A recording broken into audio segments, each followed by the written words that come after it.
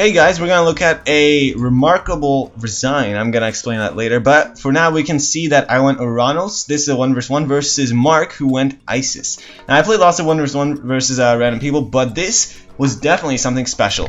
And yeah, I'm just going to speed it up a little bit because, you know, the beginnings are always boring. And I think I'm going to keep it in my point of view for this whole time.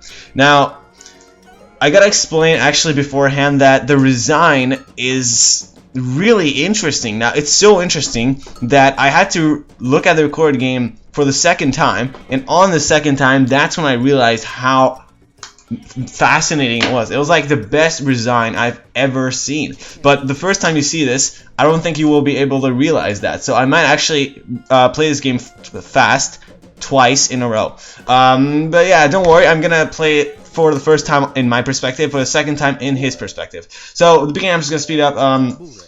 Nothing special happening, just kind of scouting, you know, with units and whatnot. Let's look at my map while we're at it. So it seems as if I already took out my berry bushes, and I have a good patch of hunt here. I didn't take high hunt, and I was really debating in myself. I was debating with myself if I should take a 4:30 boom tactic, like take this town center fast, or if I should take a 4-minute flat rush tactic. And that's exactly what I decided to do. 4-minute flat rush tactic. Can't really say much. You can already see that that's what the setup I'm going for. And my enemy, Isis, you know, he should have a late advance. So it's kind of risky, in my opinion, to rush, because if they also advance fast, their towers can easily defend off your rush. But I was hoping he's not going to advance fast.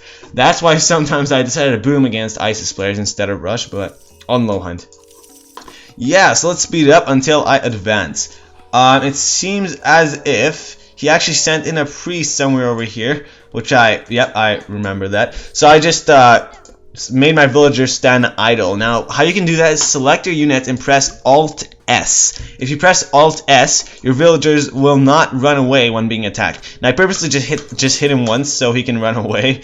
But look, my villagers gather food, no problem, only losing tiny amounts of damage, which do not affect me at all. So he's kind of wasting his time there, and he realizes that finally. So he just decided to scout around somewhere. Now I'm collecting my scouts, you know, this is a rush, so I'm just kind of going at it. And he decides to make an obelisk here. Now this is a trap for him, since I can easily just gather my 3 Oracle heroes, plus my myth unit, and trap the priest. That's what I'm going for. A 10-second late advance. Shouldn't matter too much though, considering he's advancing a lot later than me. And there, I got his priest. So he's trying to run away. I'm using some trapping technique, running forward and stopping right there, trapping him. Bam! It works. So his priest is down. That should really reduce his scouting. There are no good relics around. These are the only 2 I have in my line of sight.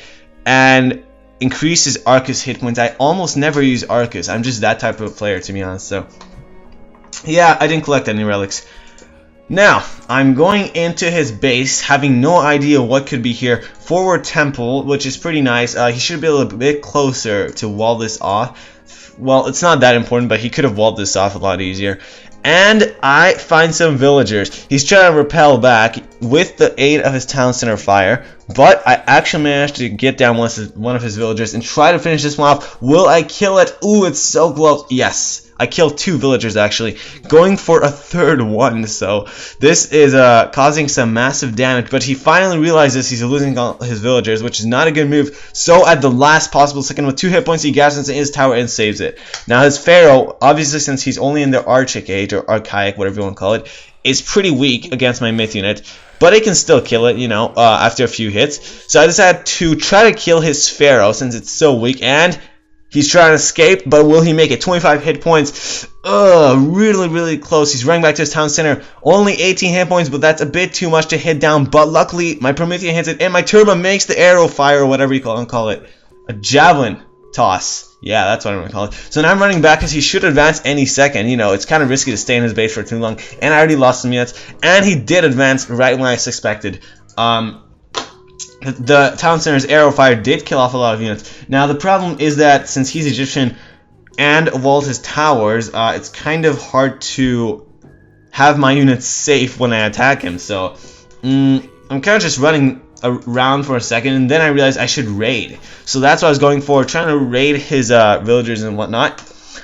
First of all, I want to see if he's building this town center, and I'm also checking if he's building this one, because, you know, they either go fast heroic or they boom then go fast heroic. So I just want to deny him from taking town centers, and I do find some villagers. Now the question is, will I be able to snipe off any one of them? If I do this right, which I'm not, then I should be able to kill that one off. I don't think I handled this too well. Yes, I'm running in, but there's a tower. He is safe.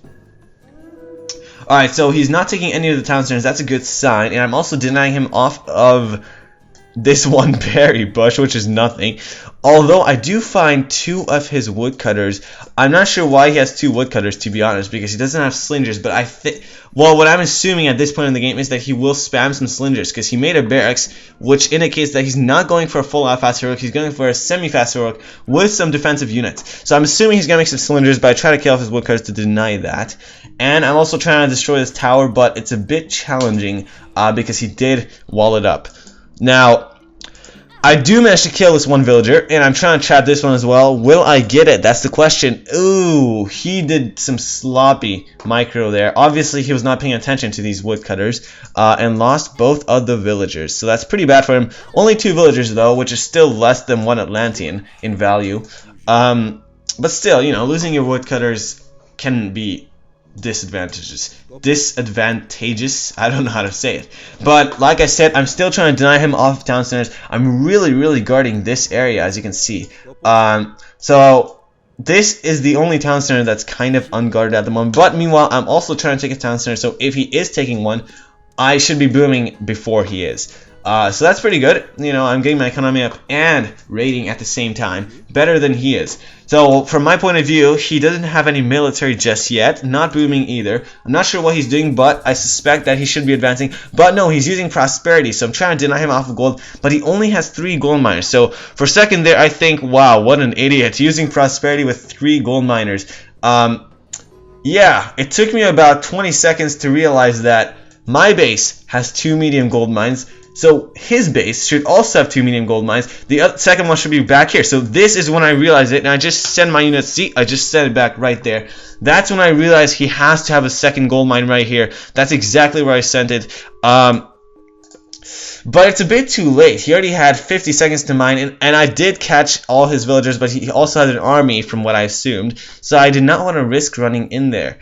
So that was a pretty bad move for me, letting him mine out all of the prosperity's god power.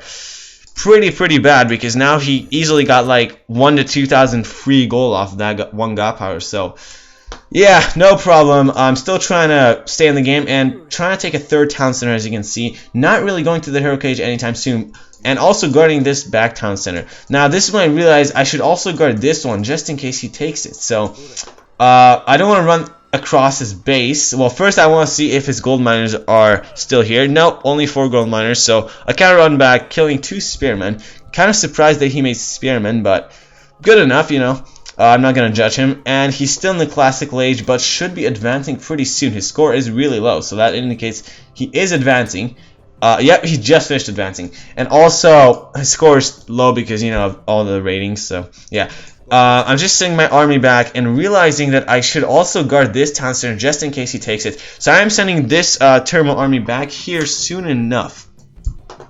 And as you can see, that's exactly what I'm about to do. Just send my army in there, and he just took it. Just when I send my army, he just took it. Really unlucky for me. That was a great luck shot. I mean, that was just a great fluke from him.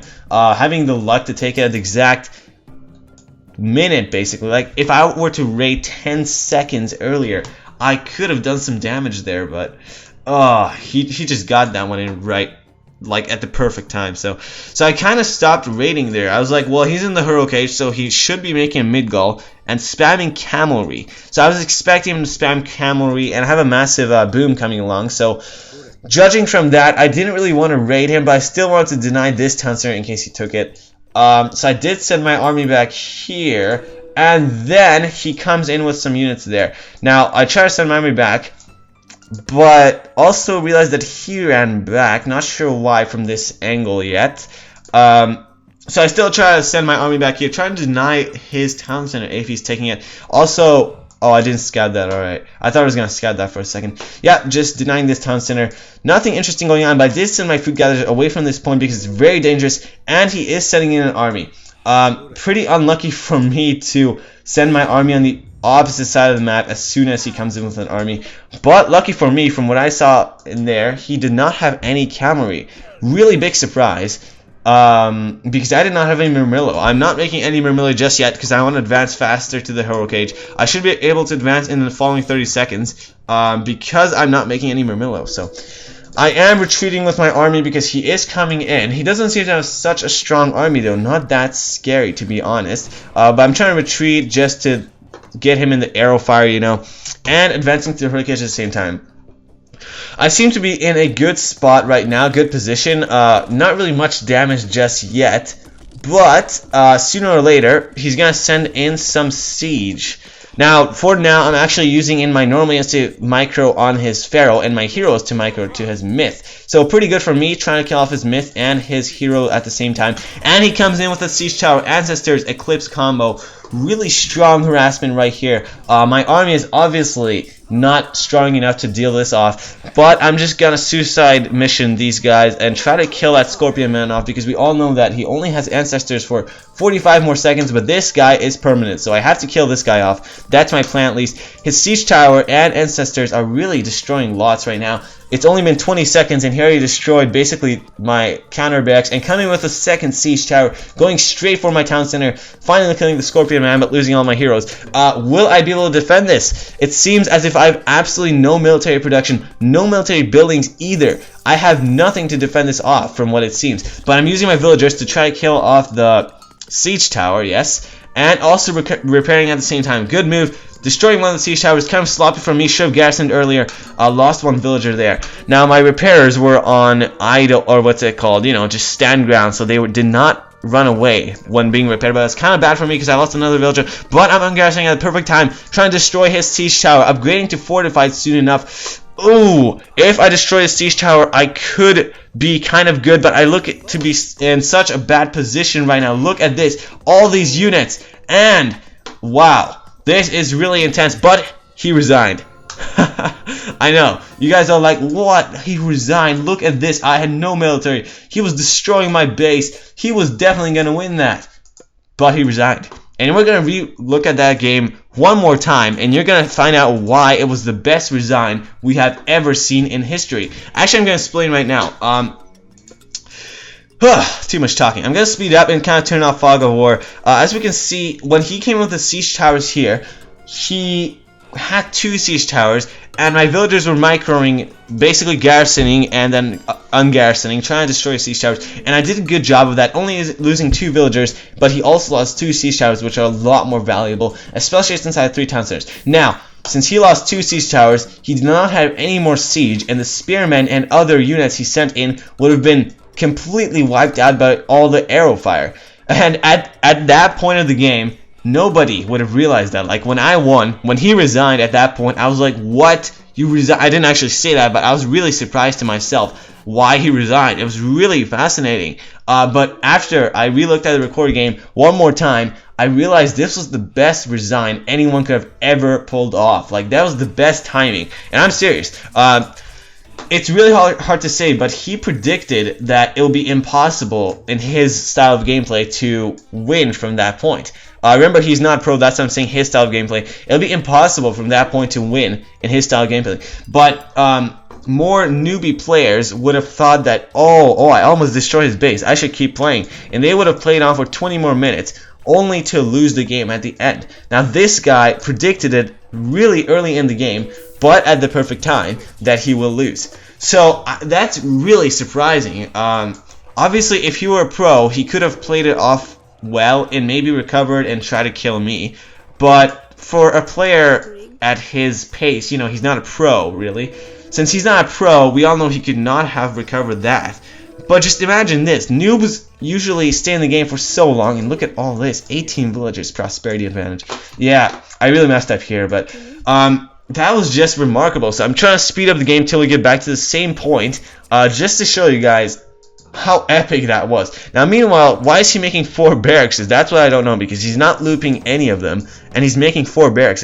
So that's kind of a waste, small waste of gold, not that much. If you would have made him closer, it would have been great for walling off. Would have been great. Made it just a bit closer here, a small wall. Made it a bit closer here, a small wall here. Yeah, it would have been perfect. He has 4 barracks. Only one of them looped though, so that's not really good for him. And another mistake. Oh, did you see that? But oh, I shouldn't have sped that up. But he only saw about 3 Promethean, because that's all I had. But he was assuming that I had a massive army behind it. So this guy really has great thinking. He just doesn't have great gameplay. You know, he's kind of not a pro. He's kind of a newbie player, but he really does have great strategy. So he does surprise me at times. Like when I was in this point of view, I was surprised that he pulled back with his army, because from his point of view, it looked like I had a massive army there. So really, really interesting things to point out. Now this is about the same point that we were looking at just a few months ago. So he is pushing forward. From his point of view, you know, I have some military buildings still. Not many units actually. Not much army at all. So right now it seems like he's in a good position. But keep in mind, he knows about the score advantage. So I have a massive, massive score advantage. And that's because he has no economy. Lots of idols. So he has bad micro. 4 idols. Not that many, but still. Now he's getting lots of idols. So he knows about the score advantage. He knows I have a great economy. And my score just dropped. So that means I started advancing. Let me just... Yep, I just started advancing, so yeah, that's not the point. Now I bring in my army. This is basically my entire army. I don't have any more units than this, but Spearmen do counteract heroes, so I try to pull back, send my Mythians forward, try to kill off these units, and like I said, I'm just microing to kill the Pharaoh, which is the strongest unit here, and trying to kill the Sphinx plus the Scorpion Man. Now, he's bringing in siege towers, but once again, look at his economy. He does not have anything to support this army. He's about to lose all of his economy. Sorry, mainly because he does not have his second town center looped, and obviously because of all his idols. So if he would have his second town center looped, he would be doing a lot better in economy, making a 3rd siege tower. Actually, I'm surprised he had enough economy to sustain that. But I was expecting him to destroy this temple. That's why I made a 2nd one here, because if he did destroy this, then my mid unit would not have spawned as soon as I went heroic. But look at this map. It seems as if he's about to rape me here. Good move by sending these on the bird, actually. And yeah, it seems like I have no chances, but because of these villagers, his siege tower is actually being destroyed. It cannot move out because the ancestors, I mean minions, actually blocked it. So pretty bad for him. He should keep all his military right here to guard this siege tower. But this is actually a good move either way, to kill all my repairers. Yeah, that's it. So his thinking right now is that if his siege tower is gone, he's out of the game, because he realizes that I have a good enough micro to use my villagers to kill off the siege towers and garrison back to save them at the same time. So he realizes that my micro can outbeat his economy with only villagers. Pretty crazy. I can't even talk.